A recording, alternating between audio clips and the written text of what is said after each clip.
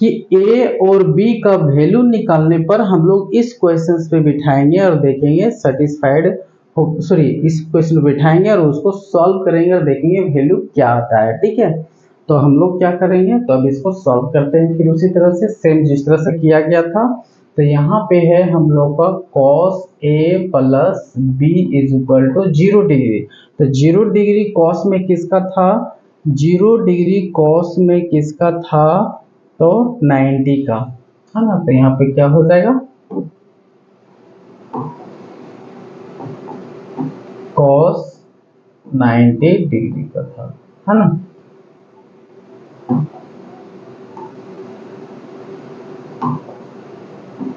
Ninety degree cos खत्म, तो ये हो गया a plus B is equal to 90 degree. ये हो गया क्वेश्चन 1।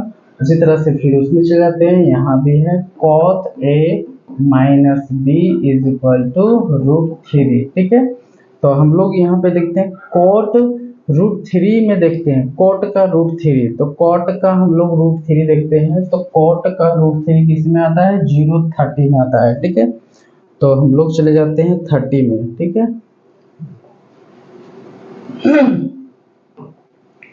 तो क्या है यहाँ पे, तो cot a minus B is equal to आ गया cot 30 डिग्री। ठीक है, cot खत्म, तो a minus B is equal to 30 degree.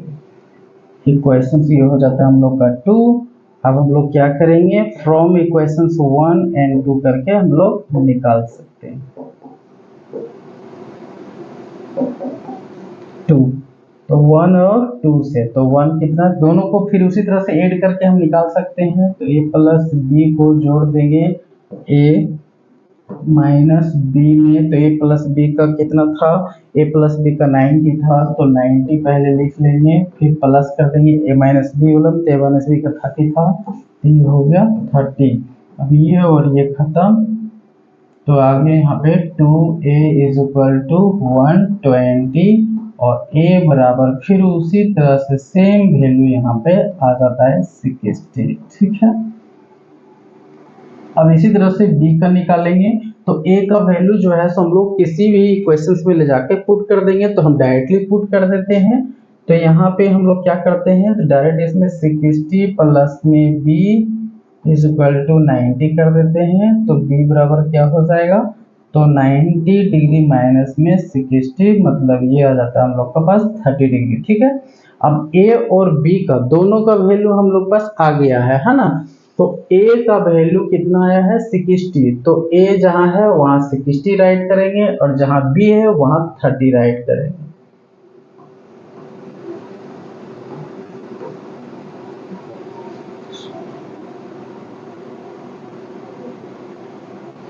a का वैल्यू 60, b का वैल्यू 30। ठीक है, अब इसका आ गया, अब इस पे जो है हम लोग क्या करेंगे, यहाँ पे बिठा देते हैं। तो ये हम लोग थॉट करेंगे, इसे बिठाना नहीं है आपको।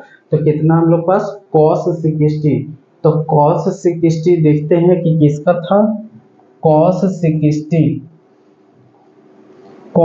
60 आते हैं तो किस में आ जाता है, यहाँ पे cos 60 1/2 है ना। cos 60 मतलब 1/2, cos 60 1/2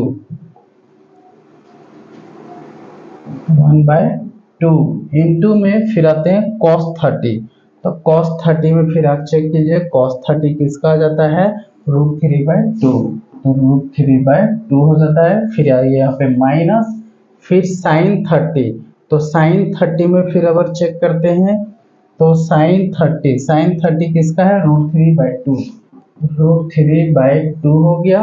और इनटू में फिर आ जाते हैं हम लोग पास sin 30, तो sin 30 मतलब 1/2, ये हो गया। यहाँ जाता है 4 और ये हो गया हमारे पास √3 माइनस में √3 और ये हो गया हमारे पास 4, तो यहाँ पे कितना हो जाता है, ये आ गया 4, ये 0, मतलब इसका वैल्यू 0 आ गया। ठीक है, तो इस तरीके से हम लोग जो है सो सॉल्व करेंगे। इसी तरह से सेम इस पे भी हम लोग वही चीज सॉल्व करेंगे कि b बराबर हमारा आया था 30, तो b के प्लेस पे 30 हम लोग मान कर चलेंगे और a बराबर आया 60, तो एक बराबर ये हम लोग लेके चलेंगे। ठीक है, और इसी तरह से फिर इसको हम लोग जो है सो सॉल्व करेंगे और आंसर उसका निकालेंगे और देखते हैं कि उसका आंसर क्या है।